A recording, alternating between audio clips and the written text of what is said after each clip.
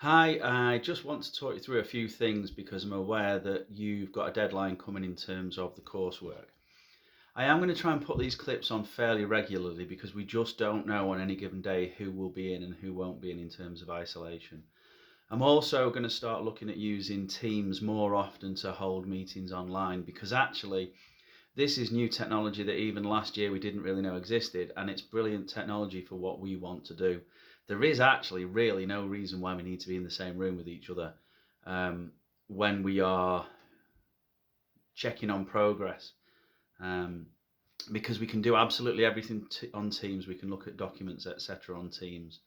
So, what you need to do is um, by the time that you come back, and I think the deadline is something like the 6th of November, although Mrs. Blomley might give you slightly more time over the next weekend, your essay needs to now have within it historical interpretations. And it's really important. If your first section is on religion, you have to start the section with an interpretation. So you have to reference the historian and summarize their interpretation, and you must start each section with historians. And then what you do, you can then challenge that interpretation using evidence from the time, or you can support that interpretation either using evidence from the time or using another historian. So if there is one historian who says a certain thing, you can say another historian who supports this view is, and then bring in another historian.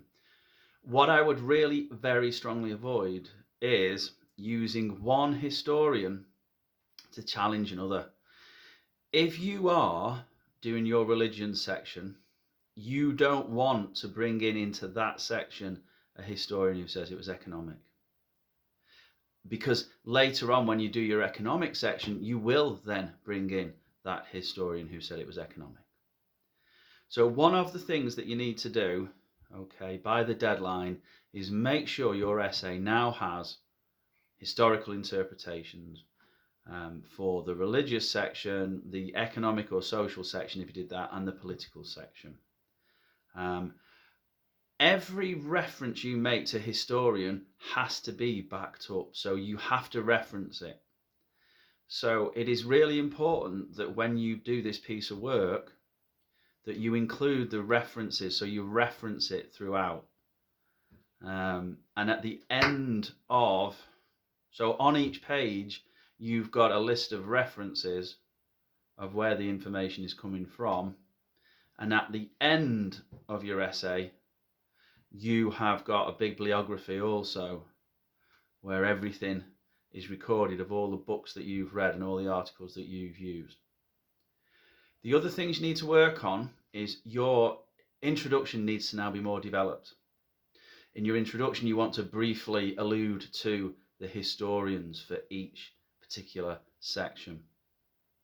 And your conclusion needs to be more developed as well. So what I should say is a longer piece of work, maybe about 3,000 words. It should have a more developed introduction, stating your thesis and stating what the alternate ideas are. You then should have the 3 sections, each section starting off with an historian and their interpretation. And then you should have a conclusion that similarly is structured. And say you said religion is the most important one, it would be like, well, some people think it was economic factors, such as this historian, Other people think it was political factors, such as this historian. However, the evidence suggests that it's religious factors, but it's got to be a well-structured conclusion. Okay, so you're looking now at about 3,000 words.